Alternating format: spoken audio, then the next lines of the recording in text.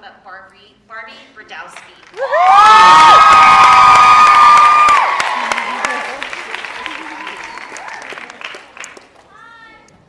Hello. Not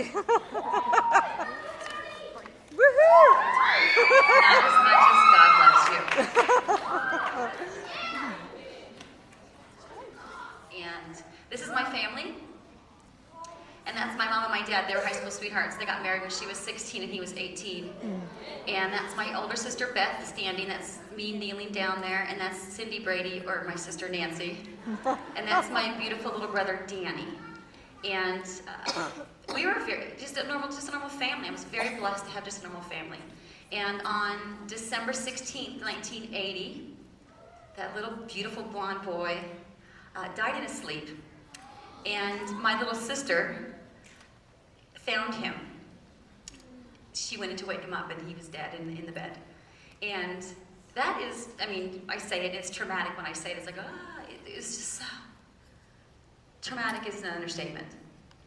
But December 16th, 1980 changed my life forever. That was the day that changed my whole family's life forever. Not long after he died, this picture was taken about 6 months after he died. I was a lot of your girls' age. I was in 8th grade when he died. Not long after my mom passed away, I was watching Dog the Bounty Hunter, I know.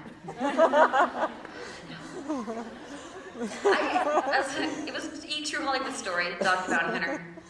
And he was telling a story about how, he was doing his bounty hunting and all this kind of stuff. And then his mom died.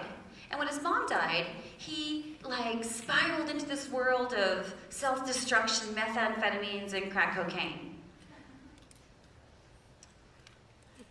And honestly, I had this moment where I was like, I don't feel like doing crack cocaine. Does Dog the Bounty Hunter love his mom more than I do? Because I don't feel the need to go get some drugs. And then I realized, honestly, girls,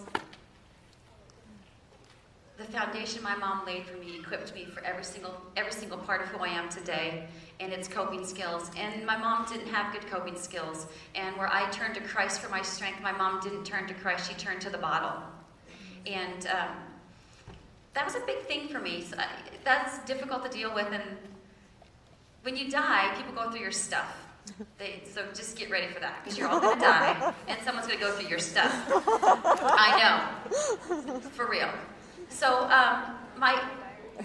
we were going through my mom's stuff, and you can see how God is not very subtle in my life. He's not, it's like, he's bold, and he's like, hello, look at this, I told you so. Well, we were cleaning out her freezer. My mom was Martha Stewart. She could cook like no woman on the face of the planet, and she loved nuts, so we called her the squirrel, because she would cook with pine nuts, walnuts, pecans, there's nuts I've never heard of before in the freezer. And my dad was like, girls, we can throw away those nuts now. So one of the first things we did was clean out the freezer. Don't lie, it's like you got this whole house, but the freezer. So we're cleaning out the freezer, and we found this baby food jar. Okay, my daughter is 19, the youngest grandchild we have is my son, who's 16. Baby food jar.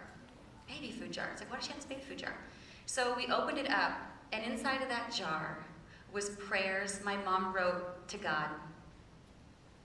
And the prayers were, my mom had cancer.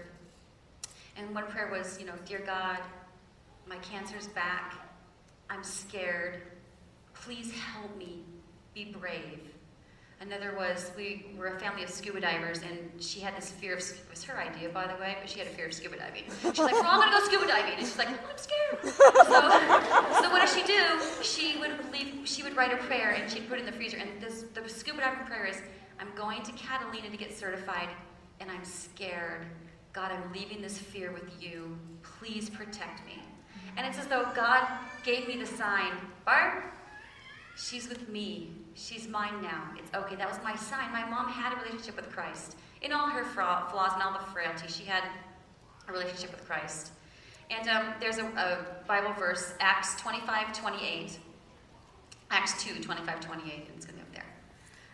And I saw the Lord always before me, because he is my right hand. I will not be shaken. Therefore my heart is glad, and my tongue rejoices.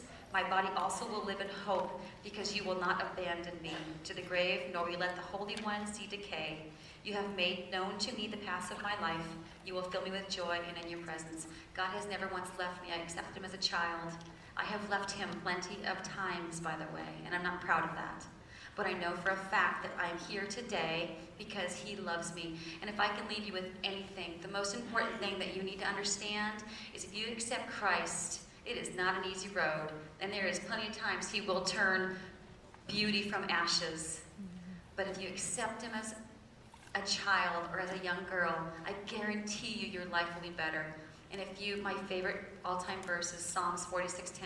Be still and know that I am God. I'm a very busy, crazy person, as you can tell. And my energy, this energy is hard to go to sleep sometimes.